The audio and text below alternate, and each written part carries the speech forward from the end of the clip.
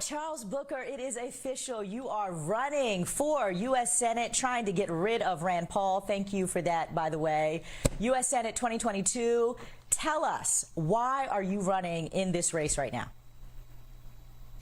Well, first of all, it's good to be with you. And, I'm running this race for United States Senate to defeat Rand Paul. I want to be clear. We are going to beat Rand Paul. I'm doing this out of survival. This is really out of dedication to family, my daughters, my loved ones all across Kentucky who deserve so much more. I've grown up in the struggle. I'm from the hood. I've seen poverty. I've lost loved ones to gun violence. I've had to ration my insulin as a type 1 diabetic. I've seen so many things that we could change if we have leadership at the federal level. And right now in Rand Paul, we have a clown. So we're going to get rid of him so that we can do the deeper work. And that's really what my dedication is about right now. Now, for those who may not remember, you also ran for Senate last cycle against Mitch McConnell, and you were in a Democratic primary there against Amy McGrath, who's a relatively moderate Democrat, and narrowly lost that primary race. And then, of course, she was handily defeated by Rand Paul. So I'm interested in strategically, you're making another pass at it. Obviously, it's a different senator that you have. Before it was Mitch McConnell, now you're running against Rand Paul. I wonder what strategically you learned and what you're doing differently this time. Well, the one thing that I often say is Kentucky has two uniquely terrible senators. They are really two sides of the same coin. And in the run that I led in the last cycle, so I was a state representative. I've worked all over Kentucky. I knew that better things were possible. Change was possible. And when I ran in the last cycle, we were really blocked out in a lot of ways, but we were organizing anyway. We launched relational organizing across Kentucky. And in the end, we broke through because the people of Kentucky were demanding real leadership and they were standing with me. And so we introduced what was possible in that last cycle. The effort now is our message of saying, we're not done. We need to end poverty. We need to pull up the roots of racism. We need to address the fact that communities are being left behind, and that's bigger than any one politician, and it requires us to have leadership in the Senate. And so the thing that I learned that we're implementing right now is, one, the people of Kentucky are ready. So we are out early. Over a year before Election Day, we launched our statewide mobilization with over 7,000 volunteers that have signed up since I've launched my campaign. So we've started doing the deeper issue-based organizing that meets people where they are, and ultimately will give us the chance to build bigger coalitions. So I'm excited about the chance to tell a new story of what's possible in a place like Kentucky. I'm interested in just watching this because Kentucky, to me, is fascinating. I think Mitch McConnell is just a disaster for America, and I'm mad that Kentucky keeps sending him to us. Rand Paul is also equally as bad, like you say, but they are different actors. I think Rand Paul is far more libertarian in his behavior, his leanings. What's also interesting is that in my career, a couple years back, we had a mayor of Lexington as a gay mayor that we were supporting and trying to help move on and run for higher office there when I was the head of the Victory Fund. And so I find the state to be full of a lot of interesting actors as you talk about a coalition and how to bring together a coalition there. I'm curious, the policy platform for trying to bring all these disparate groups together. I know that you talk about a Kentucky New Deal. Tell us a little bit about that. Right.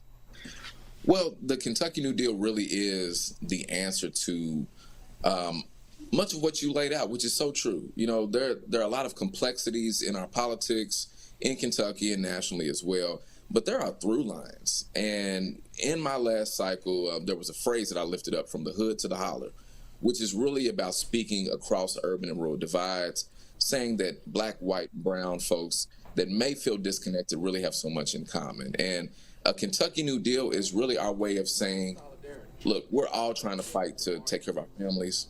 We want to make sure we have food on the table. We're tired of being screwed by these corrupt politicians. So regardless of what your party is or where you're from, you deserve better. And Kentucky New Deal is our investment in the people. And essentially what I'm doing is taking some notes from Donald Trump. Okay, so hear me out. Not the racism and hate that he weaponized. Okay, not that part. But when he lifted up this message of Make America Great Again, and there's historical significance behind that. He knew what he was doing, but it was a simple message that captured fears, sentiments, frustrations. And what I understand to be true coming from the hood is you got to meet people where they are. And you can't be too smart for your own good.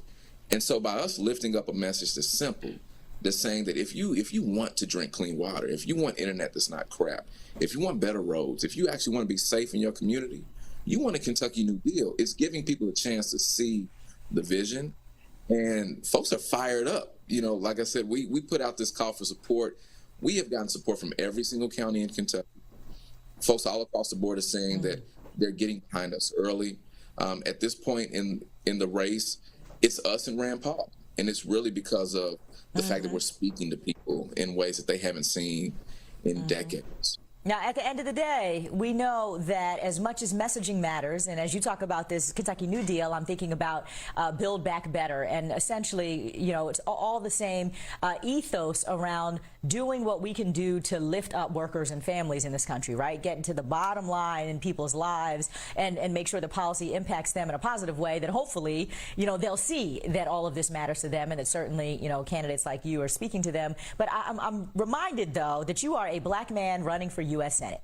And the history in this country of black candidates generally, with the exception of I'd say trailblazers, Stacey Abrams raised a ton of money, and then you also have my friend Andrew Gillum in Florida who did well for those governors races. It's hard for black candidates, candidates of color generally, to really raise the money to be competitive in these statewide seats. And you came out the gate early. You're doing exceptionally well. I know you had a big $2 million quarter that you closed, which is significant for sure. Rand Paul doubled that, though, in his fundraising. And so I'm curious if you could share with us a bit about, the trials, tribulations, and opportunity you have in front of you on that fundraising front to make sure that you're competitive in this race. Well, the point that you raised first is one that I deeply appreciate on behalf of my ancestors and on behalf of the realities of what we face here. There has never been someone that looks like me or comes from where I come from to represent Kentucky in a federal office. And I am a descendant of enslaved Americans. Rand Paul stood on the floor of the Senate to block the Emmett Till Anti-Lynching Act. I've had ancestors lynched in Kentucky. So I feel the weight of what this means. And the point that you were lifting up, the question of how do we get the support and resources, that's true too.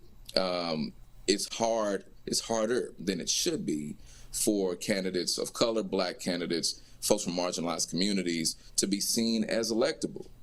And what we are doing now is redefining what electability means and disarming the myths that say that you have to look a certain way or come from money or show up a certain type of way in order to get support.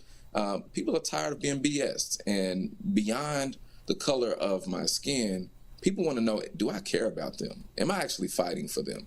When I go across Kentucky in the heart of Trump country or whatever you want to call it and tell my story of rationing my insulin to feed my daughters, folks get it, even if they're Republican, even if they aren't registered at all.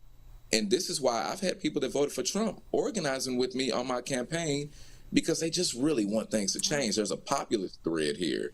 A lot of folks in Kentucky that voted for Trump voted for Bernie Sanders. These folks want poverty to end. And they don't really care who does it. They just want it to happen. And by me stepping into that and saying, look, we can do this together. That's why we're seeing all the support we're getting. All right. Well, Charles Booker, we're going to keep watching your race. Wish you well. And either way, I got to come down there and have you take me through the Kentucky bourbon trails because I'm a big fan of the bourbon and haven't been down there yet. So now that I know you, I have a friend to call when I come to town. Absolutely. Good luck on your race. Thank you so much for joining Amplified. We appreciate you. Thank you so much. Everyone go to charlesbooker.org, support us, and come on down. I'll show you some good bourbon.